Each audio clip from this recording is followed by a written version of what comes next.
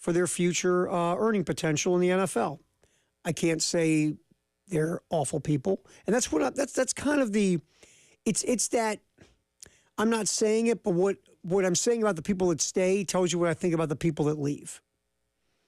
You know, we've heard Fran Brown, and we've heard some other coaches. You know, and I mean, I guess I want to look at Fran Brown and say, okay, Fran, that's cool. Your first year at Syracuse, you won 9 games. You're talking about your players play, they don't opt out. You know, they're in. You know, what if I don't know. What if Kirby retired and Georgia came a calling? Are you in? What are you doing, Fran? Just saying. Just saying. Just saying. So anyway, we'll see what happens with Kyle Kennard, but it did declare for the NFL draft. We went over a mock last week, Field Yates mock, that put Kyle Kennard in the bottom part of the first round, being picked by Green Bay. You know, I've seen Kyle Kennard as a top 50 guy. I think Kyle Kennard will be a guy that will go no later than the second round. Possibly late first. So, Kyle Kennard did himself really well by coming to South Carolina, up in his draft stock. So, we'll see where all that goes. But so far, we haven't seen a whole lot regarding South Carolina players opting out from the bowl game to get ready for the NFL draft. And obviously, we haven't seen any key pieces hit the transfer portal after it opened up. Couple of people popped to South Carolina, though, through the portal. We're going to get into that next. Interesting week. Here, we're busy. We got stuff going on all over the place. We got a special Carolina Calls with Shane Citrus Bowl edition on Wednesday at 6, along with Todd Ellison. The usual Carolina Calls Thursday with Lamont Paris and Derek Scott, also at 6. The women on Thursday, they moved the start time for their game against Charleston Southern on 107.5 The Game in Columbia, 11:30 pregame, a noon tip. And also, I believe it's Wednesday, Gamecock Central taking over the Firehouse Sub in Casey right there on Knox Abbott. We've been around for a little while. It's a pretty new Firehouse Sub's got that new sub smell. So, that busy week. Busy week here at the game. All right, extra point, Terry Ford hanging in for Tyler. Pretending to be David Dare is our buddy Ed Bird. You got to eat a lot of honey buns and go to some really weird websites. Just be Dave. We'll come back, talk about the folks that have decided to come through the transfer portal towards South Carolina. That's next here on the Extra Point. We roll till 11, and then Gamecock Central takes over on the game.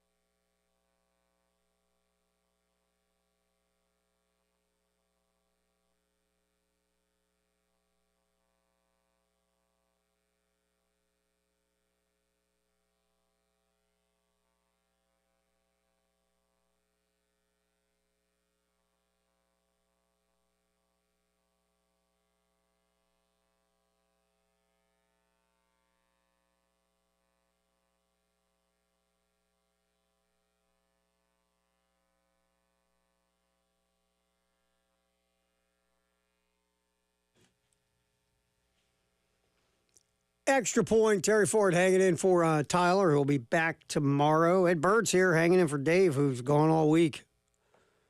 Dave has like 20 weeks of vacation. Well, he's been here for about 50 years. So he accumulated a lot of vacation. So Dave's taking his final week of the year. Ed Bird hanging in with us, making sure we stay on the air. We always appreciate it. All right, so transfer portal news. Last few days, South Carolina's picked up a couple of transfers. Missouri four-star edge Jaylen Brown has announced his commitment to the Gamecocks. Did it on Saturday evening. He was the number 73 prospect, number 7 edge in the portal. Has 4 years to play, 3 left, according to Gamecock Central. Didn't play much last year at all at Missouri, but a guy with a lot of upside and a lot of potential is Jaylen Brown. Also, Nick Sharp, Wake Forest offensive lineman, was a starter for the Deacs this past year. Pro Football Focus grade of 72.6.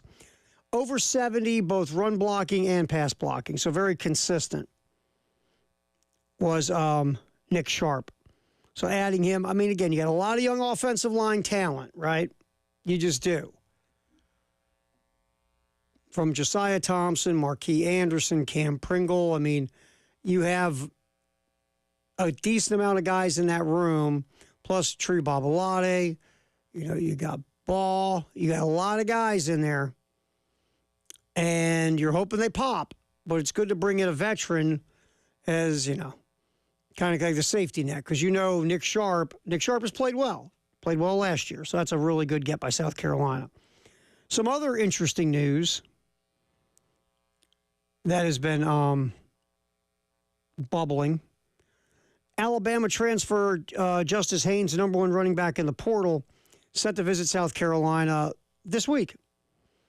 He'll come hang out here in Columbia and also go to Oxford to visit Ole Miss. The Gamecock visit is going on today and tomorrow. Florida, Michigan also involved. This is all coming from Pete Nakos from 1-3. That would be fantastic if you could pull Haynes. Got 3 years of eligibility left. So that would be a fabulous get. Also, there's still talk of KC Concepcion. Pete Nakos of 1-3 called USC a potential landing spot for Concepcion, the wide receiver, who 2 years ago burst on the scene as a freshman, had a heck of a year. Last year, not as good because the quarterback position, it was trouble last year for NC State, the quarterback position. So Carolina coaching staff still trying to get Concepcion to come in for a visit. He just finished a visit to Bama. Concepcion's top 6, South Carolina, Alabama, Colorado, Texas A&M, Florida State, Miami. He plans to visit Colorado next. So South Carolina in the mix for 2 real nice playmaking types in Concepcion and Haynes. Also, Michigan transfer Dominic Gaitis, a true center, is lining up a visit to South Carolina as well. He's already taken a visit to Missouri and Nebraska. Started 5 games at center in his career for Michigan. Not known when Gaitis could visit Columbia, but South Carolina obviously on the radar there as well. Other confirmed visits, let's see. Another player reportedly in the middle of one, Gabriel Brownlow-Dindy from Texas A&M, former 5-star recruit. Omega Blake is back. Remember Omega Blake? Yeah, we'll talk more about him later. But Omega Blake making a visit, coming back, possibly, at wide receiver. Tight end Zach Atkins will be in Columbia tomorrow as linebacker Andrew Jones from Grambling. And possibly Kelby Collins.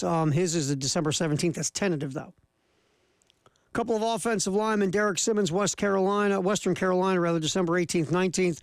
Jordan White from Liberty, December 19th as well. Miles Norwood, Ball State DB, December 19th, 20th. Rodney Newsom, offensive lineman, Western Kentucky, December 21st and 22nd. There, he's getting you caught up on everything going on in the transfer portal. And speaking of the transfer portal, I don't know if you saw this story about Marshall and what happened with the Thundering Herd. But their head coach, Charles Huff, took off, couldn't get a contract done with Marshall, went into his final year of his deal, still couldn't get anything done, is now the new head coach at Southern Miss. And, I mean, Marshall's already hired a new head coach, but that's not the point. Point is, Huff leaves, and almost 30 players go in the portal. The team doesn't have enough bodies to play in the bowl game, the Independence Bowl, so they had to pull out. Now, the commissioner of the AAC, Tim Pernetti, not happy, noting that college football set itself up for this sort of thing the way the calendar is currently structured. Yes, it's true. The calendar is clunky. It's ridiculous in December. But at the end of the day, semesters start at a certain time because, this is still college. I know it's kind of funny, but it's still college. Still college athletics. They still kind of go to class or supposedly go to class or someone go to class for them, whatever. So there's this thing called semesters that college students start at certain times at schools. So that's a thing here. But so just again, you got to deal with the school calendar. I mean, does college football have to figure out a new calendar? Yes. But it's also got to weave in with the life of the student athlete. Or do you get waivers and do special things because of, you're changing this calendar for football? Because December is ridiculous. And the idea that players can leave before their season is over makes zero sense. But because this calendar, that's the way it is. I mean, in the NFL, it's like a player leaving before the playoffs. I know bowl games aren't exactly like the postseason in the NFL, but you know what I mean. It is the college football postseason. See, I mean, players in the NFL, yeah, I'm hitting the NFL transfer portal. I'm hitting free agency before the postseason. Obviously, it sounds dumb because they have this thing called a CBA. And they have a structured calendar that makes sense because they don't have to deal also with academics of going to class and all that stuff. So, again, it has to get figured out. It needs to get fixed. Is it going to be easy? Probably not. And you'll have a committee or two or three or four, and then that committee will form another committee to talk about the committee that needs to fix it. But something needs to be done because this should never happen. A team should never have to pull out of a bowl game because they don't have enough players because so many of their squad hit the portal. Now, they only hit the portal because their coach left. And the coach couldn't get a deal done with Marshall, and so he went on to take another job. Again, that's his right as a professional. But when this happens, players, there's a good chance they're going to leave. I mean, that happened in Indiana, but old Coach Sig came in there and brought in 1 billion guys in the portal, and Indiana's in the playoffs now. But this just happens. A lot of times it happens and a team's bad and they're not going to a bowl game. But in this case, Marshall, they were good. They were really good. They won their league. They won their conference. And now they can't play in a bowl game because they don't have enough players. So Louisiana Tech will jump in for Marshall.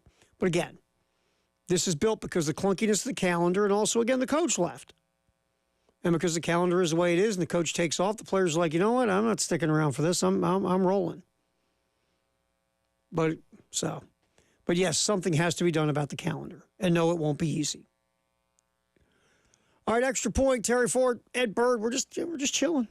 We're just going to chill here till 11, and Gamecock Central will take over. Gamecock Central takeover hour. We'll circle back. College football playoffs, we're getting closer now. This coming up Friday gets everything started. Take a quick look. Who could get upset? Which game are we looking forward to the most? Which game do we think is going to be the biggest snoozer? We'll get into that next, talk some college football playoff. Terry Ford, Ed Bird, just hanging around for Tyler and Dave here on the Extra Point on the Game.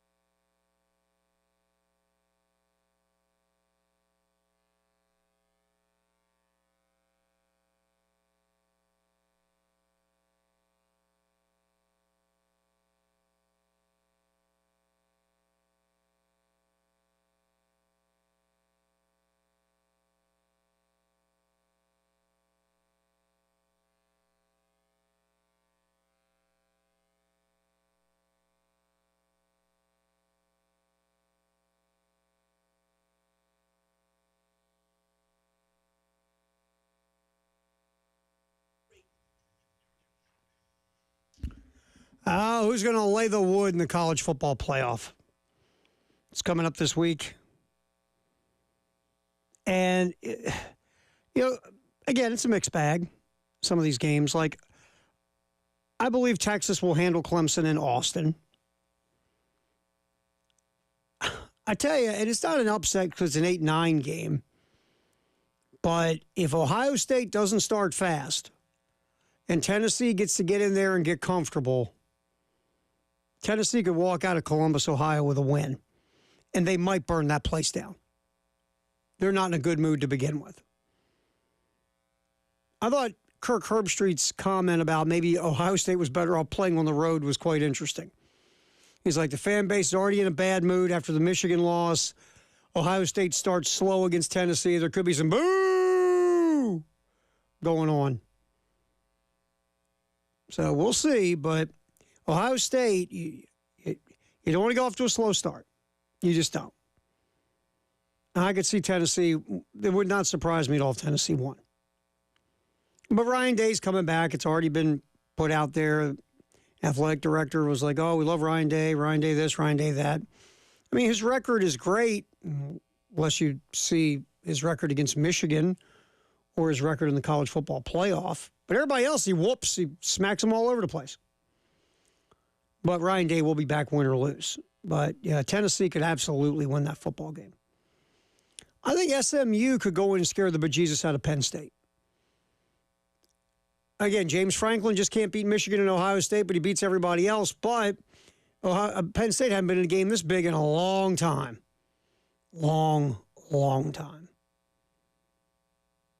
So we'll see. And James Franklin's not known for winning big games anywhere, but especially at Penn State. And SMU, I mean, you saw it. They started really slow against Clemson. Tigers got on them early. But then once SMU got their feet under them, that became a ball game till SMU forgot to cover the kick return. So, look, if Penn State screws around with SMU could pull an upset. Because, again, it's not like James Franklin has a lot of success in big games. I don't know. Indiana, Notre Dame. I think Notre Dame will eventually, because Notre Dame plays excellent D. They run the ball really well. I could see them slowly slobber knock Indiana.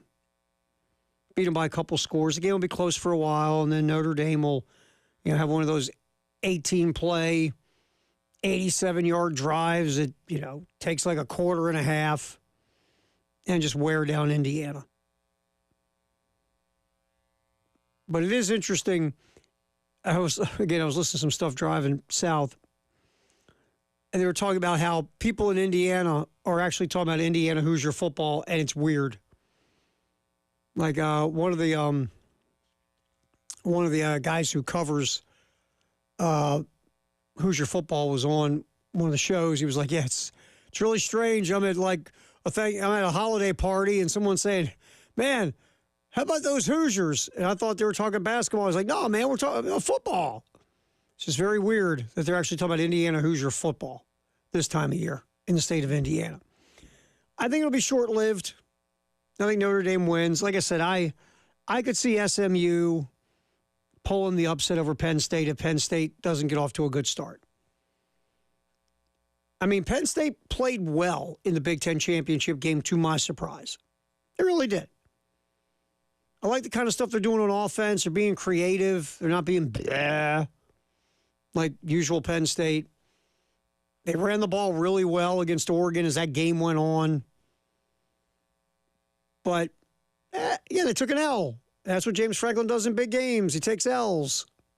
So, we'll see. We'll see. Yeah, I mean, and I don't think it's an upset if Tennessee beats Ohio State. I don't.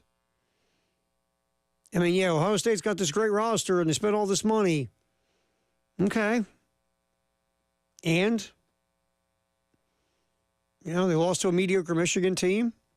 They played well in Eugene against Oregon, but then soiled themselves at the end.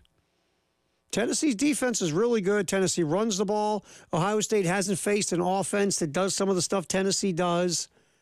And if Nico doesn't hand the ball to Ohio State multiple times, I think Tennessee's got a legit shot. I just do. I just think Texas in Austin. I mean, Texas is just. I mean, it's a really good roster. Clemson, to their credit, took advantage of, Miami going and give Clemson their props. They're in. Texas, again, the game's not played on paper, but Texas, just the better team on paper. We'll see if they can make it translate. That's another team, to be fair. Sark last year, Texas got to the college football playoff and got beat by Washington. So it's not like Sark and Texas have gone out and won a ton of big games yet. And Dabo's won a lot of them. We talked about that with the SMU Clemson game. One of the reasons why I picked Clemson was they just have a lot of big game experience, and SMU didn't to that level. Texas, again, they did play in the college football playoff last year, but they lost. And a lot of people thought they were going to beat UW, and it wasn't even going to be an issue.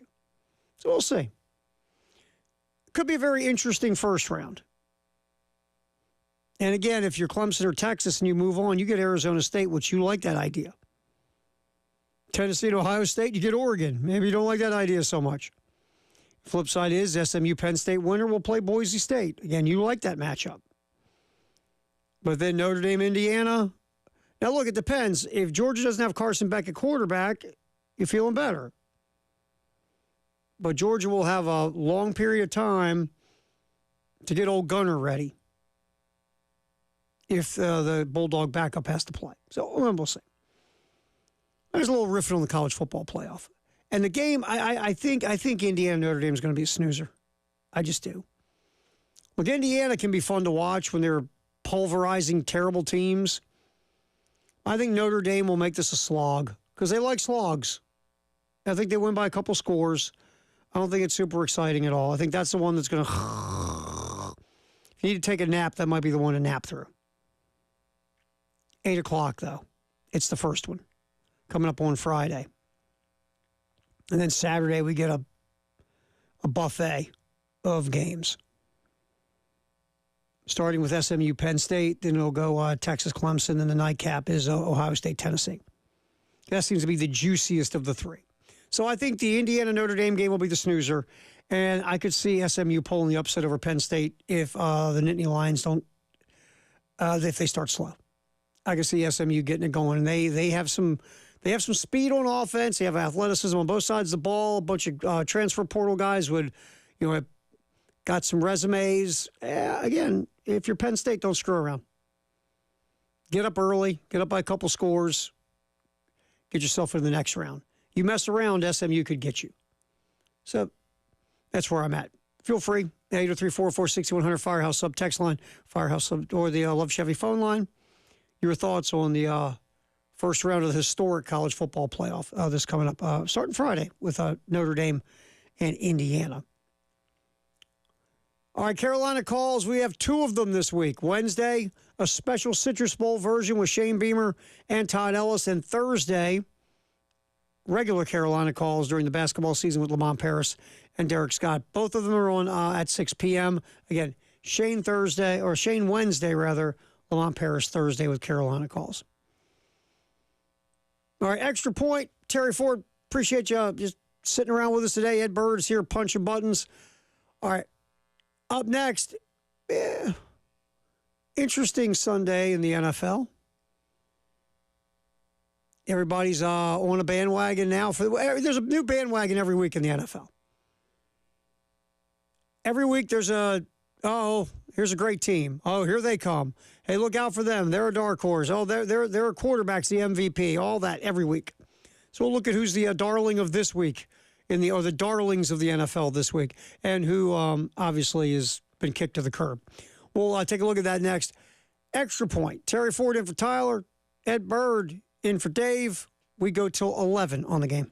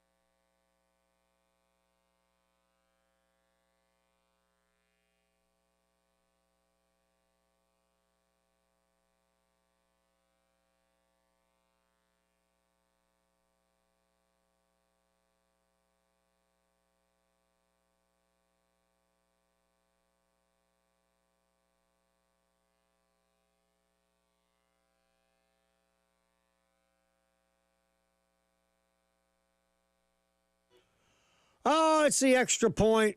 Tyler out till tomorrow. Terry Ford Ed Bird here as Dave's out all week. We don't want to know what Dave's doing. When Dave leaves, see you next time, Dave. We're scared. We're very scared to see what Dave does when he's not here. All right, NFL yesterday. Interesting day in the NFL. We're getting near the end of the season. Playoff positioning is, especially for division titles, it's kind of boring. It really is. A lot of teams, when you look at playoff positioning, and we'll get to it in a minute, but yeah, a lot of stuff's getting sewed up. Except the AFC North, there's a big tilt coming up this Saturday. But, the Chiefs, they've wrapped up the AFC West. They beat the Browns, and Patrick Mahomes, whenever Patrick Mahomes limps or shakes his finger or anything happens, everybody in the NFL flips out because, again, he's the dude. In Kansas City, if he's limping to the sideline, the whole area's on watch. And Mahomes hurts his ankle, didn't come back in the game, said, you know what, if it was a different situation, I could have come back in there and played. But the Chiefs, I think, play 3 games in the shortest span of time ever in team history. So it's kind of important to get Mahomes healthy. You've already won the AFC West. Just get Mahomes healthy. That's what matters. You got the 1 seed, great. You showed you can go on the road and win a Super Bowl. You went to Buffalo and you went to Baltimore last year and then rolled off to the Super Bowl representing the AFC. So you can do it. Remember, that was the thing before last year. Yeah, Mahomes and Chiefs, they win in Kansas City. Let's see what they can do when they go on the road. We'll see how good they are. Yeah, well, they went off and punked the Bills and the Ravens and went and won another Super Bowl. So the important thing, get Mahomes healthy. That's what matters. That's what matters. The big game was with Buffalo and Detroit. That game was in Detroit, and the Bills, Josh Allen was phenomenal again. Jared Goff went off, threw for almost 500 yards and 5 touchdowns, and Detroit lost. Yeah, exactly. And Detroit lost. That's why I am not one of these guys who always talk about one-loss records for quarterbacks. I think it's a silly stat, and here's why. Jared Goff goes 38 of 59, throws for 494 yards, 8.5 yards an attempt, 5 touchdown passes, a quarterback rating of almost 120, but he gets a loss because his defense stunk. Okay, makes sense in the ultimate team sport, right? Yeah. I guess Jared Goff didn't throw 7 touchdown passes, so he deserves to get a quote-unquote loss. But Josh Allen was phenomenal. Allen ran for 2 scores, threw for 2, on the ground, gained almost 70 yards, threw for 382, no turnovers for Josh Allen, which, remember, that was Josh Allen's thing, right? Turnovers, dumb decisions. Josh Allen would play fantastic for 2.5, 3 quarters, and all of a sudden, I'm going to drop back and try to throw the ball into quadruple coverage. But I have such a great arm, it'll go through everybody's chest to my receiver. And it just always was an issue. Josh Allen would find a way to turn the rock over because he tried to do too much. Well, this year, it's not happening. 25 touchdown passes, only 5 picks. Not turning the ball over at all. And, his overall numbers are fantastic. The Bills are 11-3, wrapping up the AFC East. And really, at this point, because, it's mostly a quarterback award anyway, I feel like Josh Allen is in the clubhouse as the NFL MVP. Yeah, Lamar Jackson's having a great year. Saquon Barkley has been out of this world for the Eagles. I understand all that, but, Josh Allen lost Stephon Diggs in the offseason. Didn't really go out and get any wide receivers like of any ilk. And they added Amari Cooper, who you can make the argument. Amari Cooper still is a solid receiver, but he's not the Amari Cooper of a few years ago. So Josh Allen coming into this year is like, okay, let's see, can Josh Allen elevate the players around him? Can he cut down on his mistakes, cut down on the bad throws, cut down on the while you try to do too much and you fumbled inside your own 3? And can he manage the game smarter and not try to be a hero in every play? Well, he has, to his credit. He's made everybody around him better. He's cut down a ton on the questionable decisions. And really, he's truly being the maestro of that offense. Just having a heck of a year. A heck of a year. With less weaponry to work with. And how about old Mr. Brady, the offensive coordinator? Remember, coordinated LSU with Joe Burrow. That worked him into a gig as an offensive coordinator in Carolina. That didn't work. Then old Joe Brady had to, took a punch. Whenever you get let go, I mean, nobody likes to get canned. But to Joe Brady's credit, he kind of reinvented himself. He was, I believe, the quarterback coach in Buffalo, and then took over as the OC on an interim basis last year. Started trying to make, the offense more balanced. I know, crazy idea. And all of a sudden, the Bills' offense kind of took a different shape, a shape to the better, and now you're seeing it this year as well. So Joe Brady's done a really nice job coordinating that offense, but look, it all runs through Josh Allen, what he's done this year. It's great. But another key is James Cook, the running back.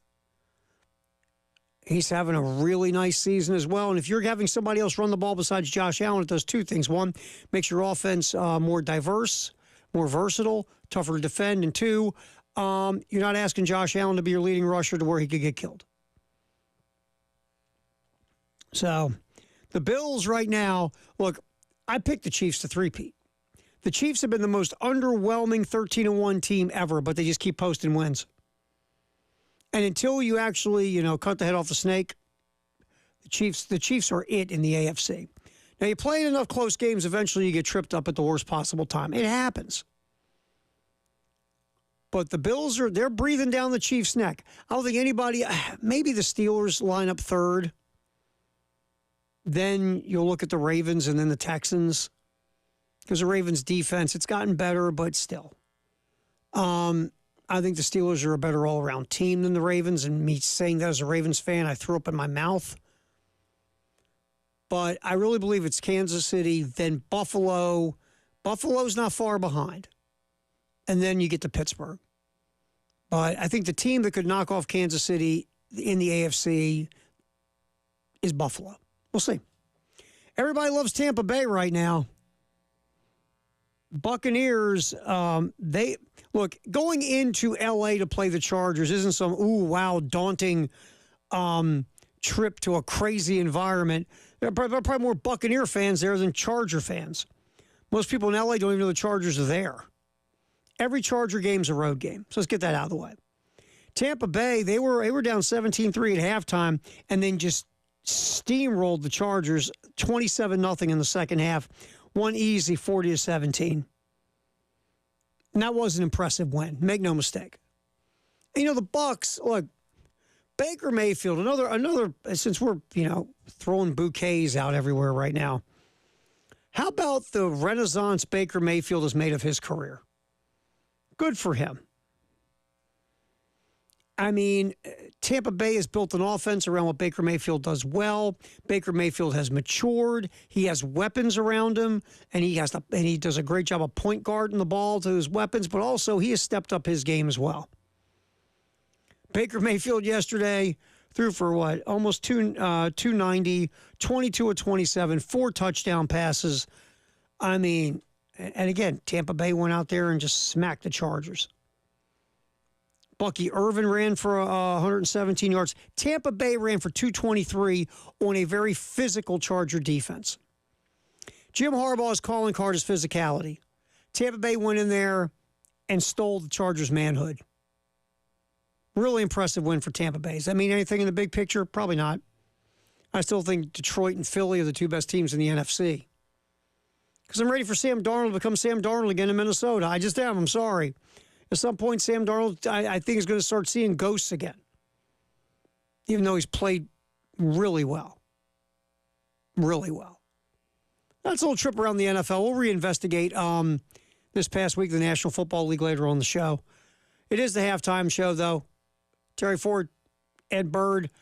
All right, the transfer portal. We talked about South Carolina. If you missed it, we'll update you again real quick and also look at the bigger picture of the transfer portal in college football. Look, people are going somewhere every second. We'll try to get you caught up and updated on what's going on in the transfer portal next.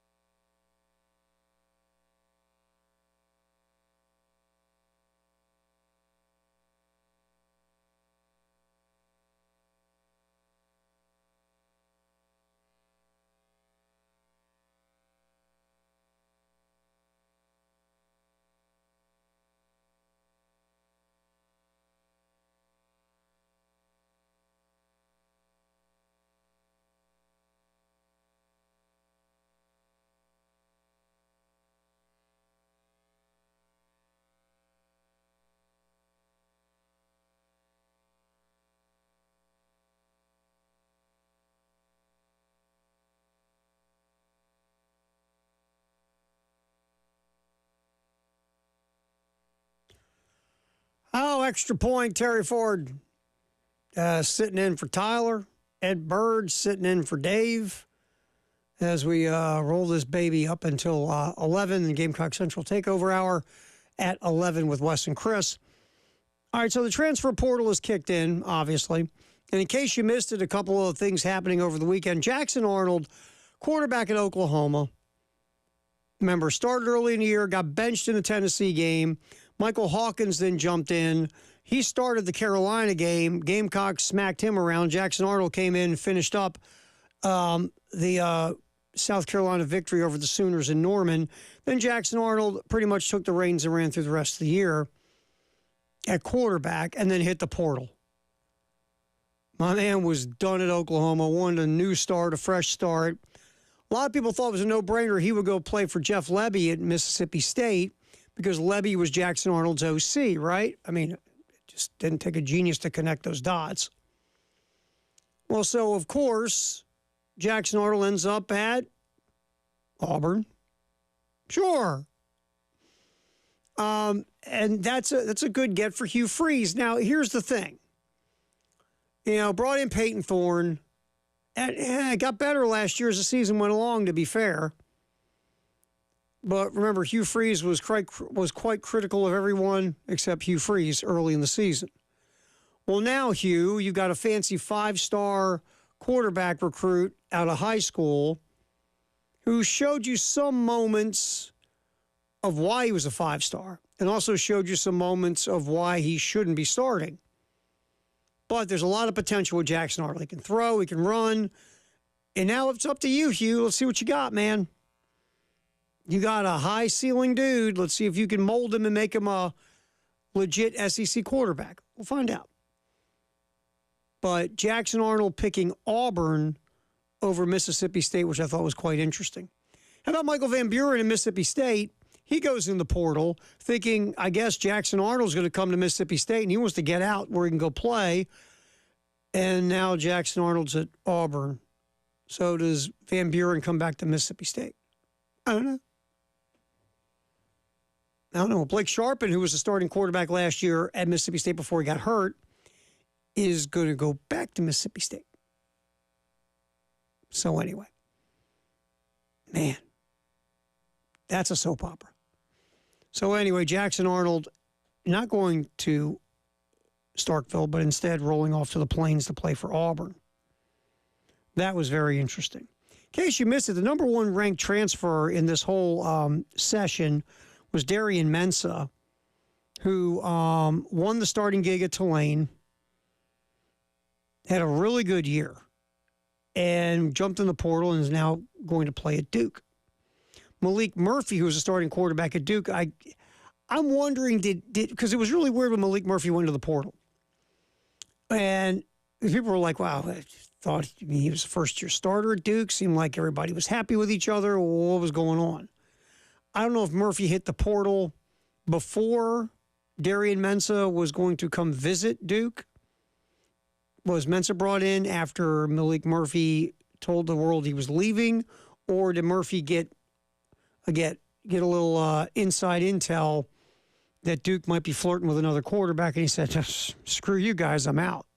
I don't know. But Malik Murphy in the portal, but Duke, to their credit, bagged the number one transfer portal player in Darian Mensah from Tulane. And of course, Duke coming off a 9-win season. So that was big. Also, a bunch of guys in the portal. Dane Key has still not made his decision yet. It doesn't seem like it'll be South Carolina, but Dane Key is out there. Number 6 ranked portal dude. So Dane Key is still available, the wide receiver from Kentucky. Barry Brown, his bud, the other starting wide receiver at Kentucky, is transferred to LSU. And if anyone can get Barry Brown to stop dropping the football when they throw it to him, Barry Brown could be a weapon. Speed, athleticism, he can help you at wide receiver, help you in the return game. Dude has legit high-end speed and playmaking ability.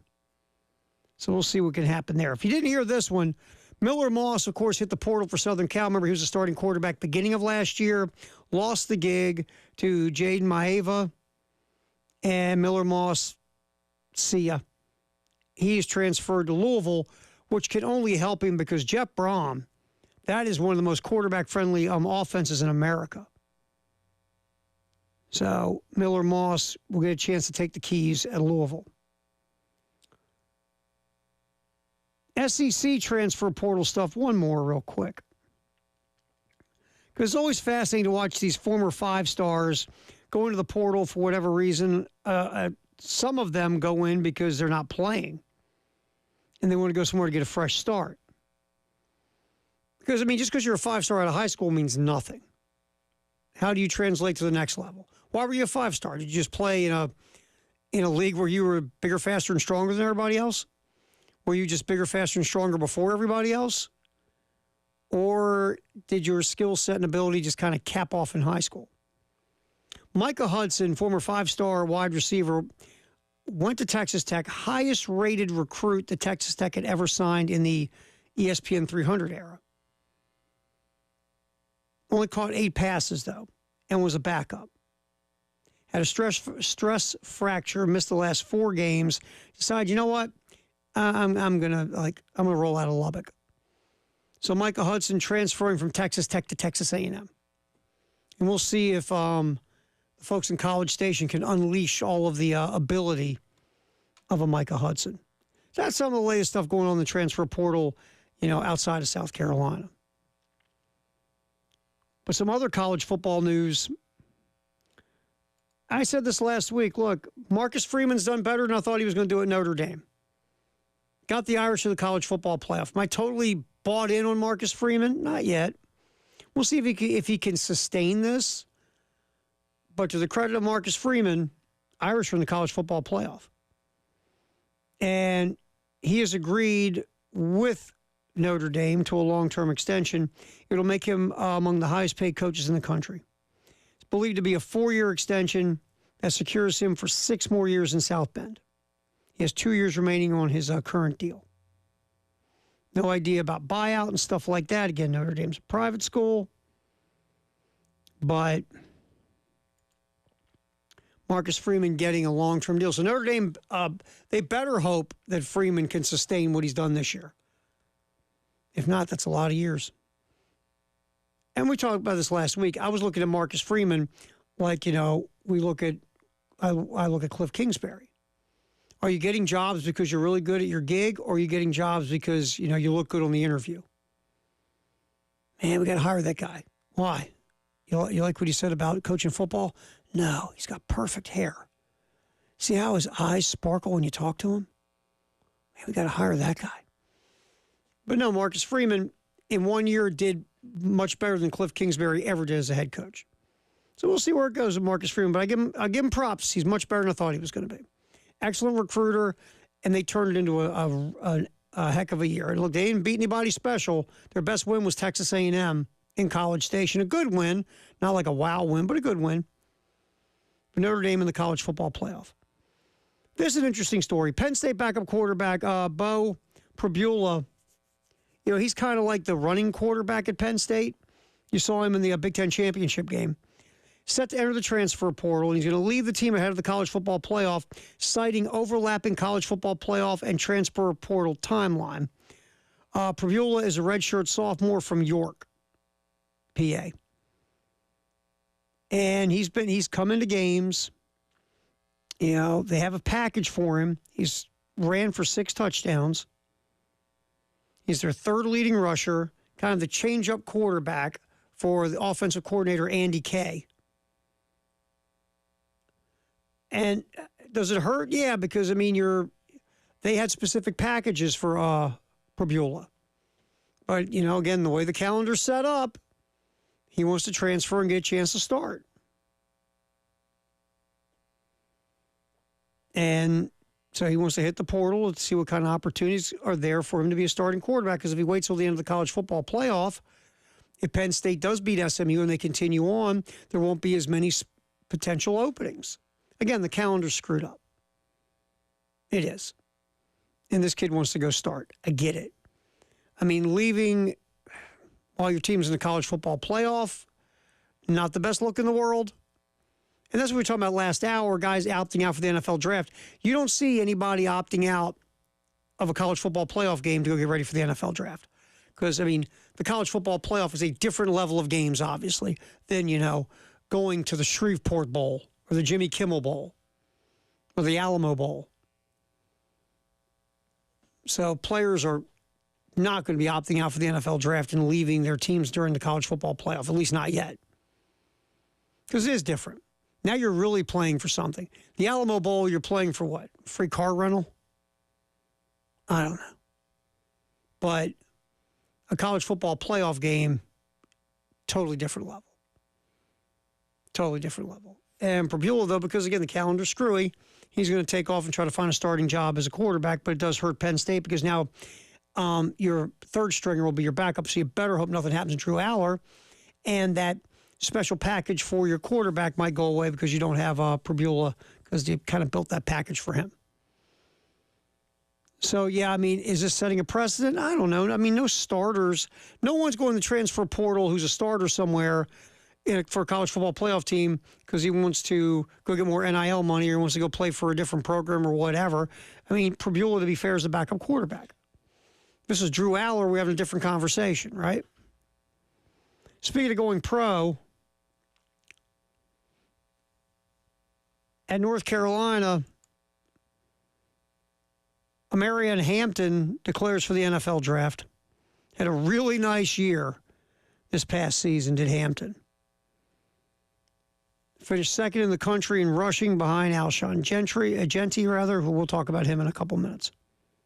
Ashton Genty gained 1,660 yards. Genty was over 2,000. Hampton gained 1,660 yards. Number 2 running back in the 2025 NFL draft, according to Mel Kiper. That means, what? A second-round pick probably for Marianne Hampton? Because Ashton Genty will go in the first round. So Hampton's declared for the NFL draft. To the surprise of no one. Another college football story. Miami AD Dan Radakovich on Sunday said the College Football Playoff Selection Committee might need to revisit whether it releases a ranking the week of the conference championship games.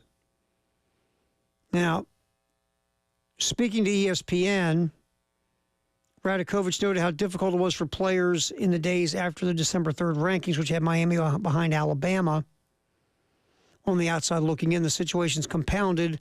Committee Chair Ward Manuel said the teams that aren't playing in the conference title games were locked in and wouldn't be reevaluated. So, again, yeah, I mean, what do you do about that? I mean, the conference championship games are automatic bids. So do you just, or do you just stop judging teams before the conference championship game to make it all on an even playing field? Because that way SMU can't get penalized for losing a conference championship game? I mean, that's an idea. I mean, it doesn't hurt the conference championship game because if you win, you get an automatic berth. But it doesn't penalize you if you lose. So that might be an idea thrown out there. We'll see if it gets any traction. Probably not, because it's based in some kind of logic. And, of course, the College Football Playoff Committee not really down with logic. Speaking of Mr. Genty and the Heisman Trophy, to the surprise of no one, Travis Hunter wins it from Colorado. Closer than I thought it was going to be. We'll talk about the Heisman Trophy on Saturday next. It is the extra point. Terry Ford, Ed Bird, we're hanging around here. Well, Ed'll be here till noon. I'm going to peace out at 11 because I'm soft. Right here on the game in Columbia, Florence, and Myrtle Beach.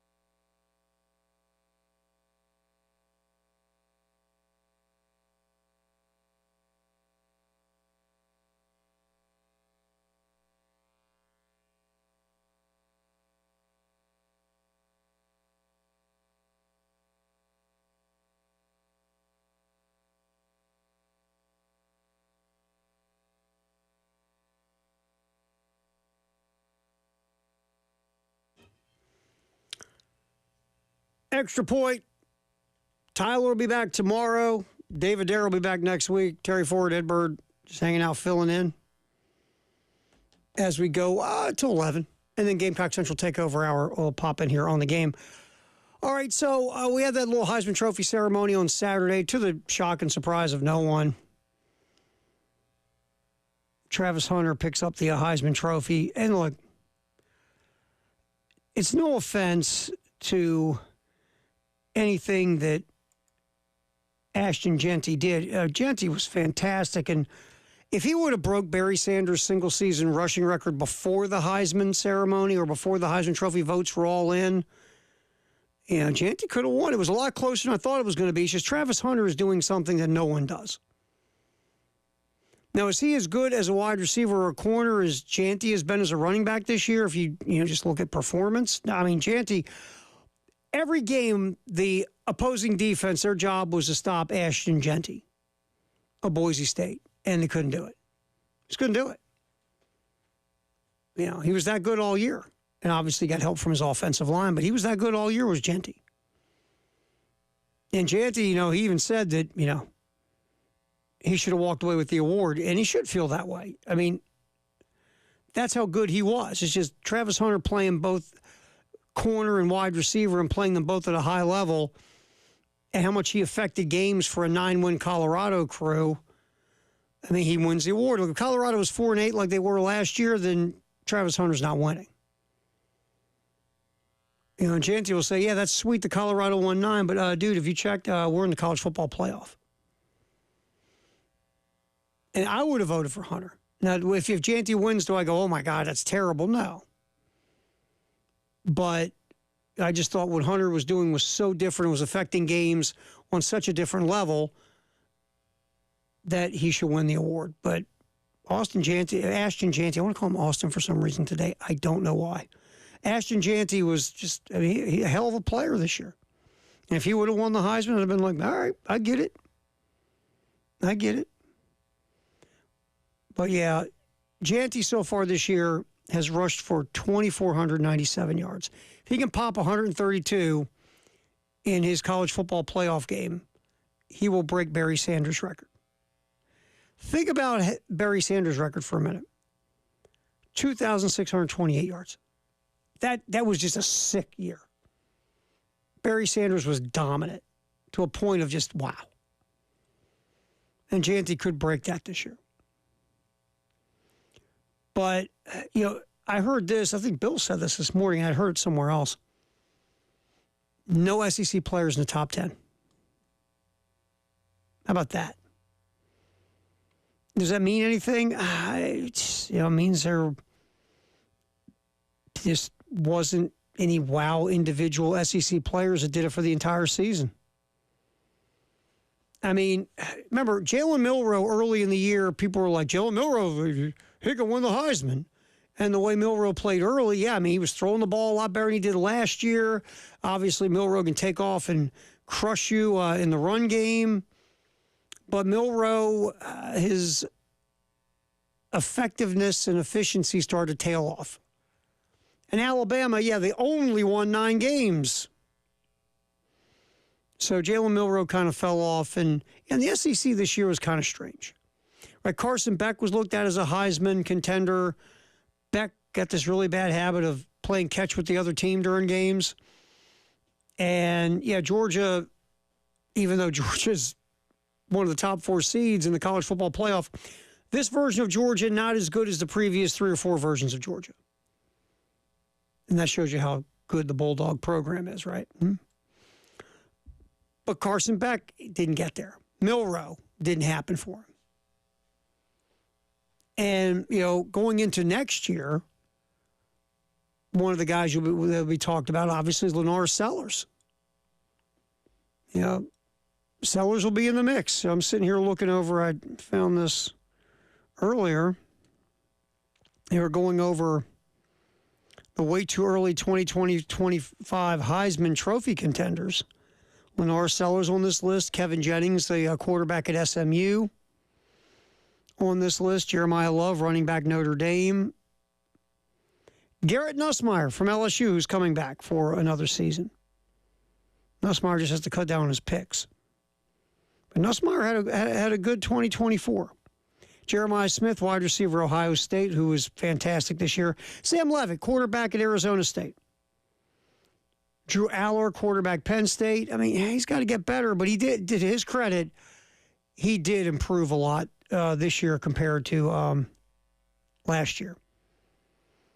And then, of course, you have Lenore Sellers, Ryan Williams, wide receiver, Alabama, Jordan James, running back, Oregon, Arch Manning at Texas, and our boy Nico at Tennessee.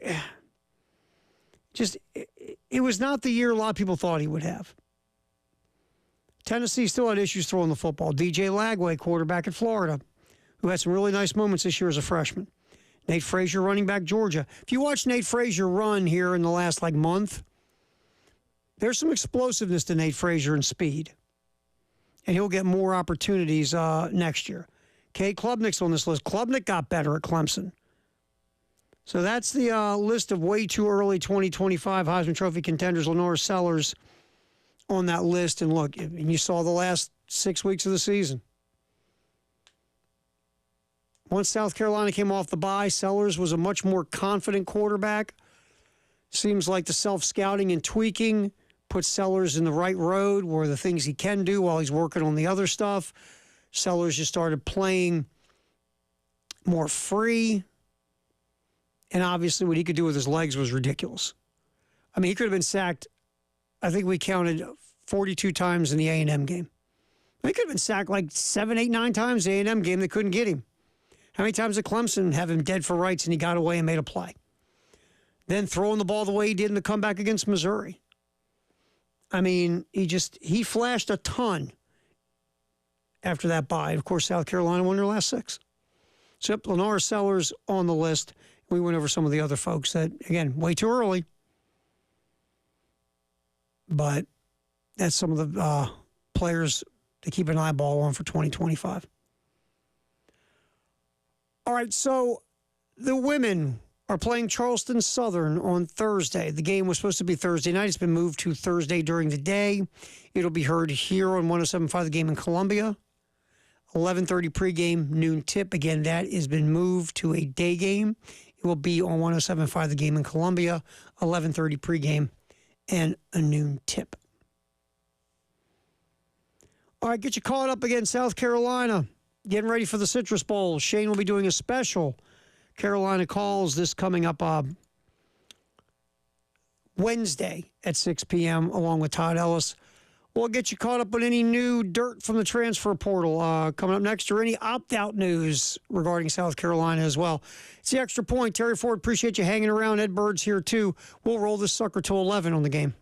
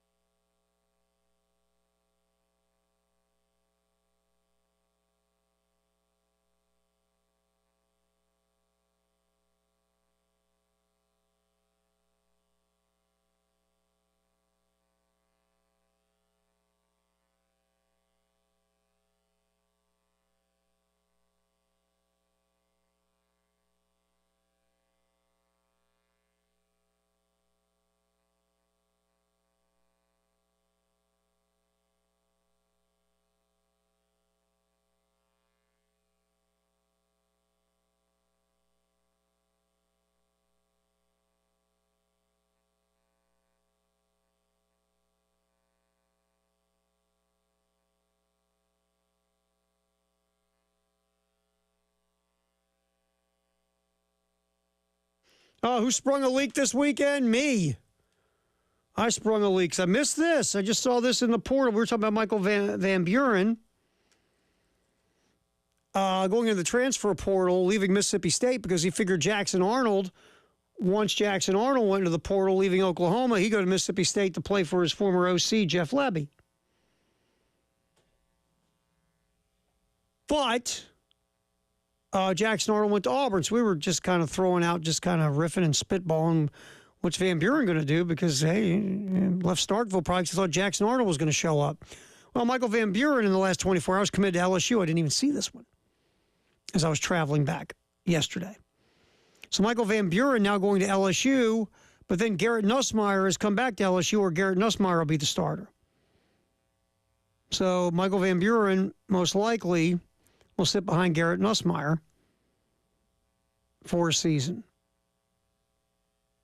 So, man, this stuff's craziness. It's craziness, it is. Oh, if you didn't hear about, since I'm looking at the story before I move on to South Carolina, Mike Norvell contributing $4.5 million of his salary to Florida State in a restructured deal. Mike Norvell is contributing a large portion of his salary this season to the university in a restructured contract. Norvell contributing $4.5 million to the university. It's the third such public move from a coach as schools brace for revenue sharing. Now, the contribution is part of the school's new Vision of Excellence campaign intended to raise money as schools gear up for the revenue sharing. So Norvell, he received a new contract in the spring, doubled his salary to about $10 million. He'll make nearly $11 million by the end of the contract in 2031 if he makes it that far. We'll see. But also, I think this is one of those deals where if you're Mike Norvell, you had such an awful 2024. It's like, and again, look, coaches get paid, you get the salary. You don't get more, and when you win, your salary is your salary, and when you lose, your salary is your salary. Now, can you get a contract extension when you win? Sure. They can't take money away from you when you stink. But Mike Norvell knows what's up. Let's just be honest here. You better get it turned around fast in 2025. You're the ex-head coach at Florida State. Unless they don't want to get rid of you because your buyout's big. So if you're Mike Norvell, you want to show a little goodwill, say, I'm making a pretty good amount of money. You guys take $4.5 million of my pretty good amount of money. Showing goodwill and love for Florida State. Keep that in mind if we only go 6-6 next year. Brian Kelly gave $1 million. Brian Kelly said he announced he'd match donations to LSU's collective up to $1 million. So Brian Kelly jumping in as well. Again, LSU was underwhelming. Nothing bad, nothing wrong with some good PR to help you out. So Mike Norvell also throwing $4.5 million to Florida State. All right, nothing new this hour that I can see trolling the internet. When it comes to South Carolina, again, like we talked about earlier in the show, Justice Haynes, ranked in the top 20, top 30 by a lot of services in the portal, the Alabama running back. Number one back in the transfer portal is set to visit South Carolina today and tomorrow. That would be a great get if you can make it happen. Ole Miss also in the mix as well. Haynes last year scored 7 touchdowns, gained about 448 yards, also had about 100 yards in receiving, and he has 3 years of eligibility left. On 3 has Haynes, the 19th overall prospect in the portal. Also, we've talked about Casey Concepcion, the wide receiver / weapon from NC State. Has South Carolina in his final 6. That would also be a nice get.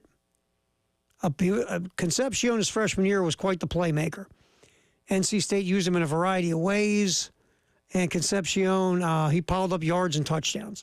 Last year, not as much. There was problems on the offense, especially at quarterback. But Concepcion's got a ton of ability. And again, South Carolina has made Concepcion's last 6.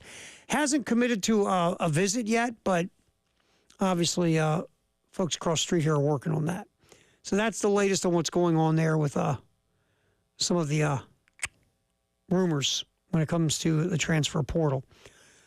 803-404-6100. Let's get our buddy Gamecock Larry in here. Say hey to him today. How you doing there, Larry? You're on the extra point on the game. How you doing, buddy? Hey, Larry. Nah, put him on hold there.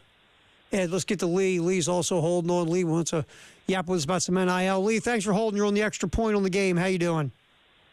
Terry, how you doing, buddy? I'm doing all right. All right. Doesn't seem like a natural progression where the coaches, in order to keep their job, will start giving up some of their salary to pay the players, sort of like revenue sharing? I mean, yet it feels, I'll put it this way.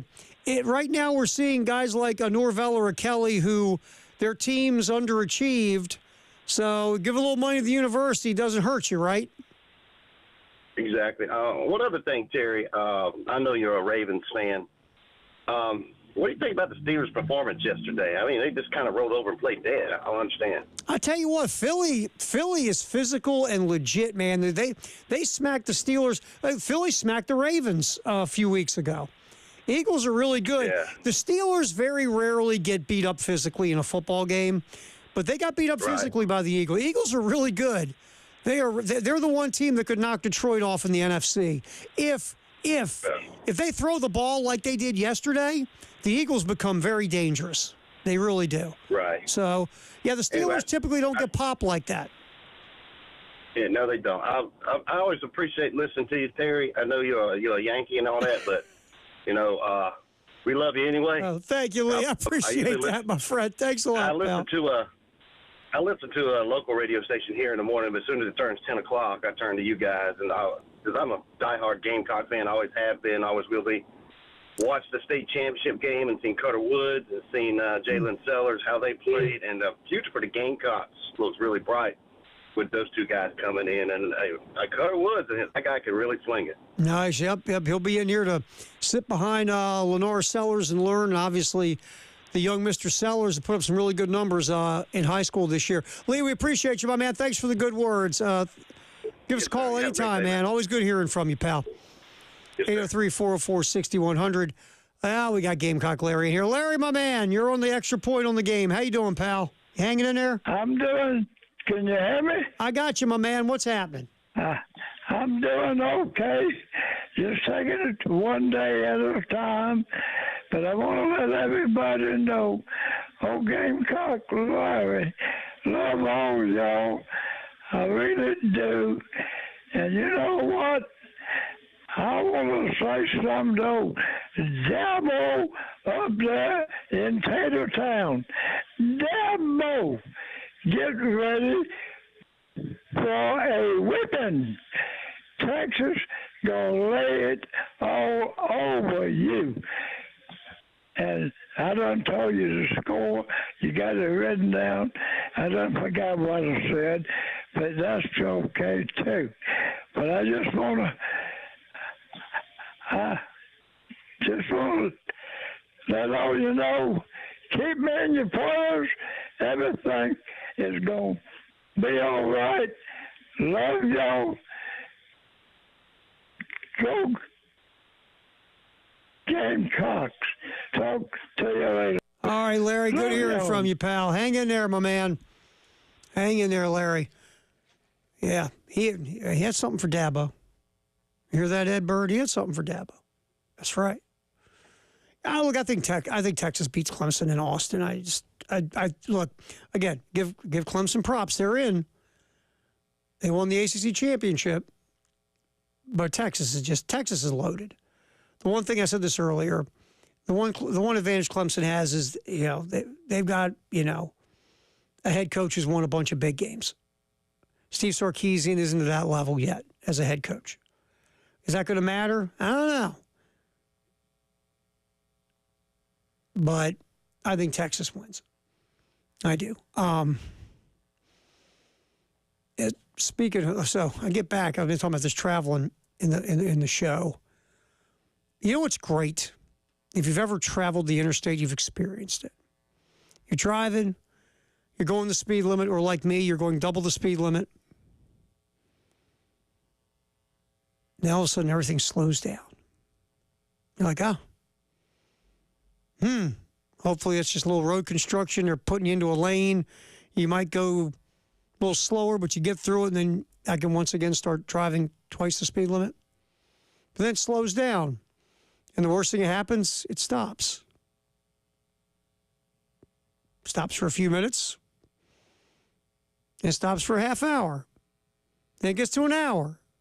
Then it gets to almost 3 bleeping hours on 95 in North Carolina. Then you don't get back where you want to go till 4 o'clock in the morning. There is nothing worse than being trapped. And look, it's terrible when people are in an accident. You hate to see anybody get hurt. You don't want anything bad to happen to anybody or all that. 95 was a parking lot for almost 3 hours Friday evening.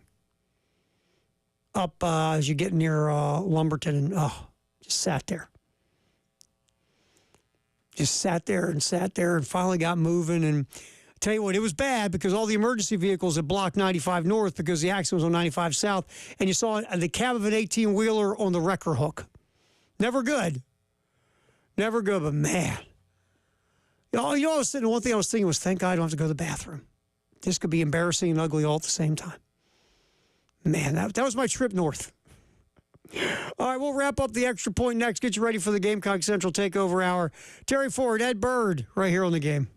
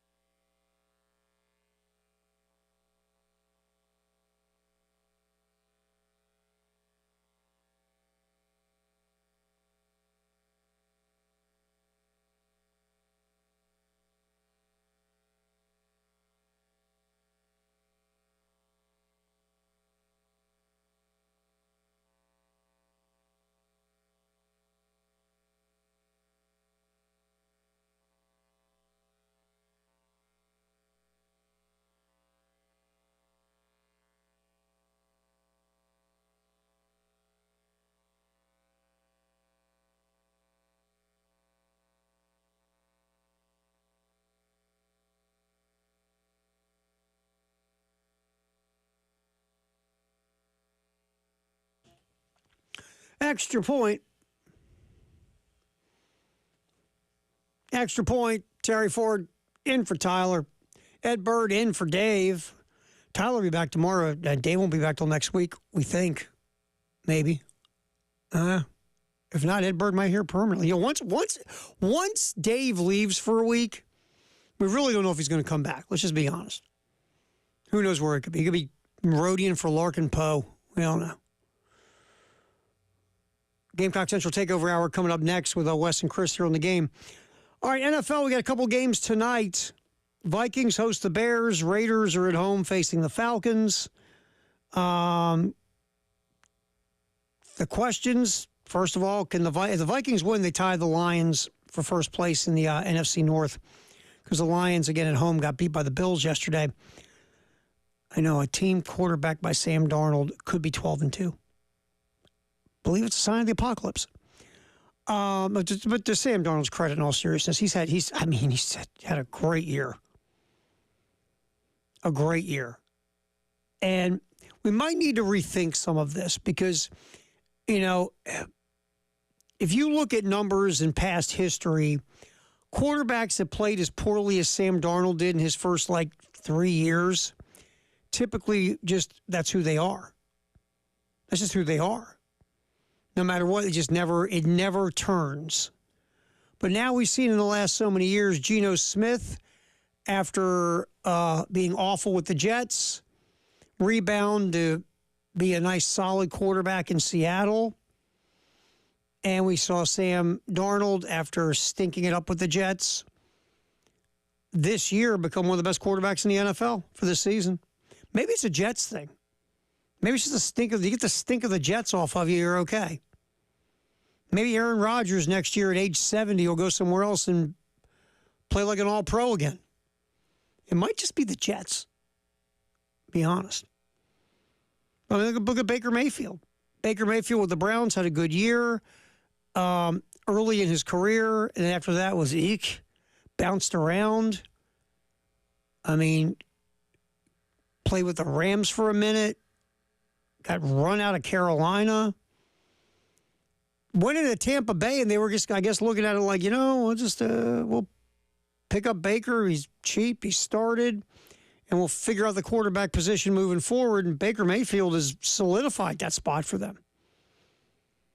I don't know, but maybe it's time to take us before we say, "Oh, that guy was garbage his first couple of years. He's always going to be garbage." Maybe not now. Maybe sometimes it's just maybe the place you started at was garbage. And now you've gotten to get away from there. You've gotten more experience. And now, because you were drafted that high for a reason, maybe now with the maturity and to get away from that freak show you started with, maybe now you can move forward and hit your potential. I don't know, but it is interesting. Can the Bears ever win a game again? Bears are 4-9, haven't won since they lost the Hail Mary game to Washington. We'll see. This is about getting Caleb Williams experience for the rest of the year, and then going to, look, I've always said this, you hire a head coach, number one, are they a leader, and can they build the right culture? That's more important than the rest of it. Being a leader and building culture are the two most important things a head coach can do. But when this new regime comes in, whether it's the head coach or the OC, you better have the people in place to get the most out of Caleb Williams. In the interview, it's very simple. What are you going to do to make Caleb Williams a superstar? Matter of fact, walk in with your fancy PowerPoint on your fancy iPad that you can hand me to look at, and you can show me the 72 ways you're going to make Caleb Williams a superstar. That's what I want to hear, because that's the key to the whole thing. Falcons and Raiders, Kirk Cousins ever throw a touchdown pass again? Kirk Cousins has kind of gone sideways here in the last, month? And the Falcons now are 6-7. The Raiders, they're talking about maybe a new head coach again, which, look, I don't know if Antonio Pierce is a good head coach or not. I really don't. But how can I judge Antonio Pierce if I'm looking at one-loss record when you're trotting out Gardner Minshew and Aiden O'Connell as the starting quarterbacks? Might as well go get Keanu Reeves from the replacements. I mean, really? You are setting up a football team to fail when those are your two starting quarterbacks. It's ridiculous. I mean, I really don't know what to make of Antonio Pierce. I know that the Raiders stink. They're 2-11. But I also know that, what's the old saying? He tried to win the Kentucky Derby on a donkey. How fair is that to judge Antonio Pierce? But Raiders will probably have a new head coach going into next year. But they'll have such a high draft pick, I don't know. They might actually be able to go get a quarterback. But, yeah, they're a mess. So that's the Monday night games. Bears at Vikings, Falcons at Raiders. And, of course, we always have Monday Night Football here on the game unless we have, Gamecock basketball. All right. Gamecock Central Takeover Hour coming up next. Fine job, Ed Bird. I'll be back again to see you at noon. See you.